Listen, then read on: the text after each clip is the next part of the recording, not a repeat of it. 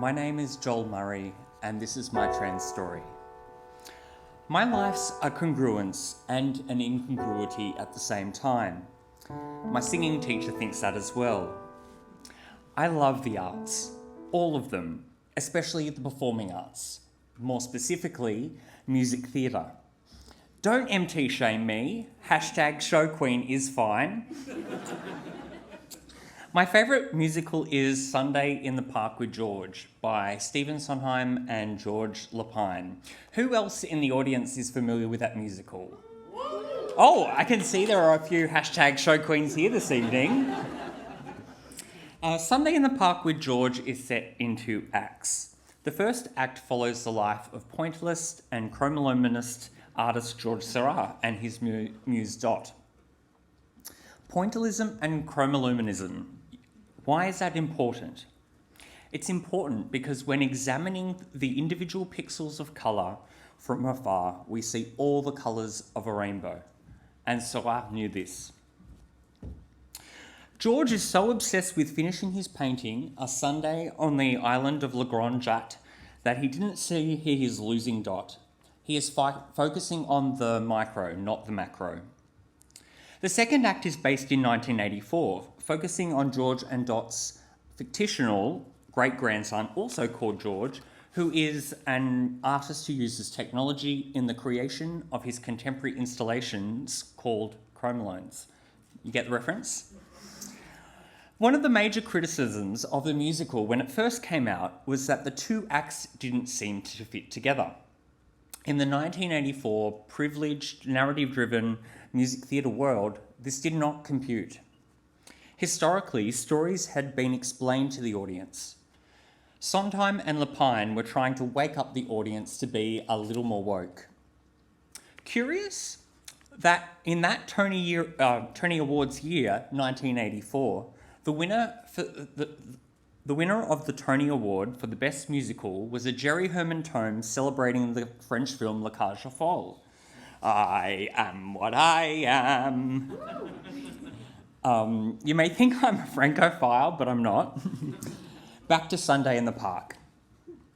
The first act of my life is in pursuit of the arts, becoming a professional performer. And the second act, my life without the arts. Well, sort of. Act 1. I was born on the Gold Coast but grew up in Albury and Wiradjuri country. Don't shame me. My family attended a church affiliated with the Assemblies of God. Think happy clapping and praying in tongues. And if you don't know what that is, think hand on head, go boom. The only good thing for me about regular church attendance was that it was where I first learnt how to sing. I joined school choirs and musicals, and I took any opportunity I could to perform. As I got older, I started to sing more competitively, joining an elite statewide choir that went on to sing at the Olympic and Paralympic opening ceremonies, state school spectaculars, and in the Sydney Opera House. I had not considered performing arts as a career until this point.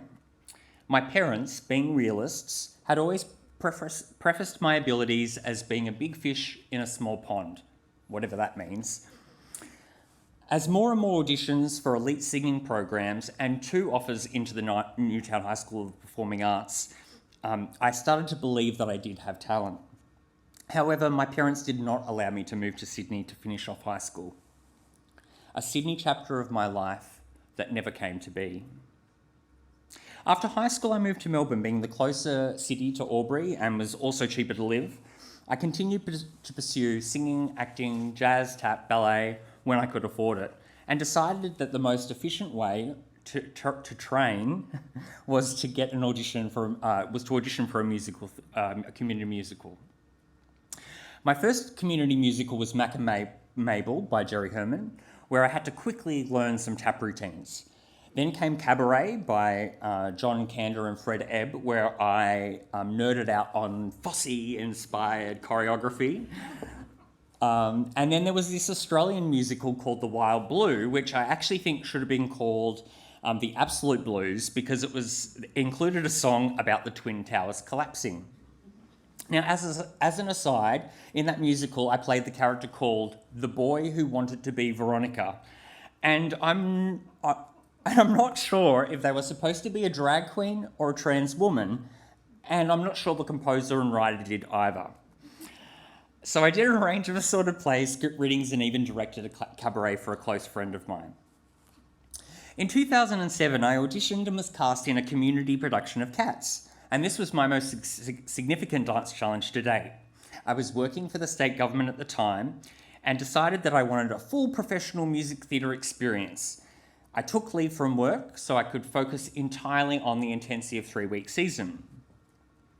Up, up, up to the Heaviside Lair, over and over and over again is hardly a good bedtime story. And touch me, it's so easy to leave me was not exactly the affirmation I was looking for at the time. Although my diary is clear later. This experience completely changed my outlook on music theatre as a career, and I decided I didn't want to pursue it anymore. Congruent, incongruent.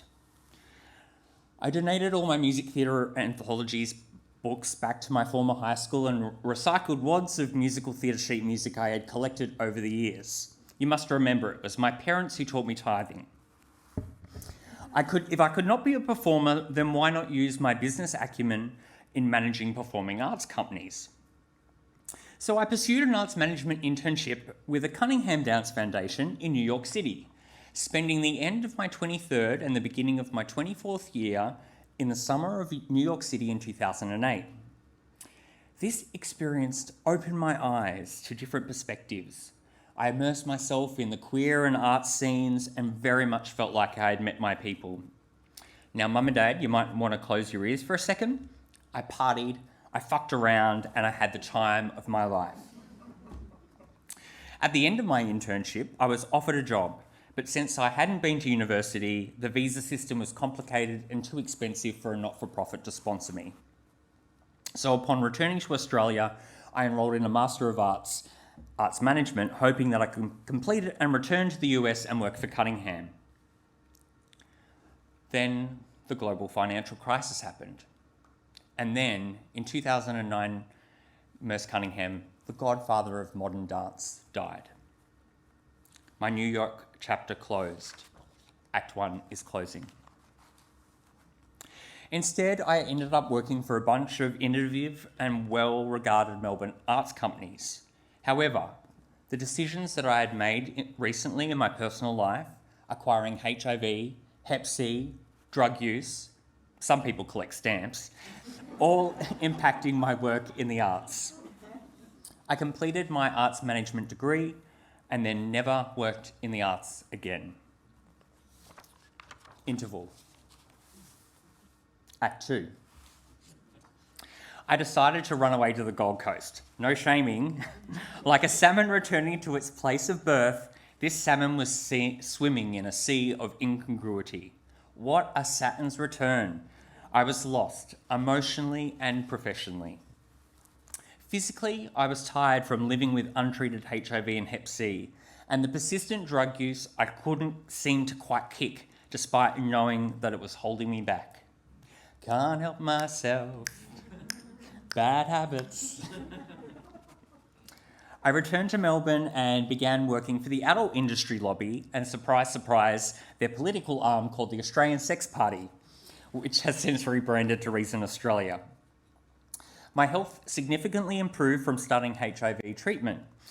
I ran as a candidate several times for both federal and state politics, and through these experiences, I had developed an interest in public policy and landed a job working in a peer-based community organisation for people with HIV. I thoroughly enjoyed this work and, through diligent work, ended up with an offer to work for a similar organisation in Sydney. This felt right. Sydney had always been calling me, and here was an open door ready for me to step through. Very early on in my time in Sydney, a good friend and mentor suggested I book subscriptions to the arts so that I had in my diary throughout the year an opportunity to immerse myself in something that was not HIV, that was not angst, but was an escape and a stimulation of a different kind. I'd not been an audience member of the arts in many years. Spectating the arts in my second stint in Melbourne felt too raw, both from my perspective as an artist and arts manager. But I took my friend's advice and I found that I had been dissociating from the arts, starving my inner child of permission to have a rich inner creative world. I was finding congruence. Then last year during COVID-19 lockdown, I reached out to a friend who had been my singing teacher from ages 17 to 21 and who I had remained in contact with. "Are you teaching online?" I asked, and I've been in singing lessons ever since. In fact, we're in the middle of writing an original cabaret about my experiences with HIV. So what the hell, sorry Mum and Dad, has this got to do with Sunday in the Park? Act 1 had nothing to do with Act 2. The narrative stopped. When we tell our stories, the closer to the truth, the less things seem to make sense. I was sitting in the park thinking about how I was working in community health while also having a rich connection to the arts as a patron, audience member, and artist. The two acts of my life do have a synergy, a congruence, which, in my opinion, could also be said for Sunday in the Park with George. Now, which way do I exit? Stage right, stage left?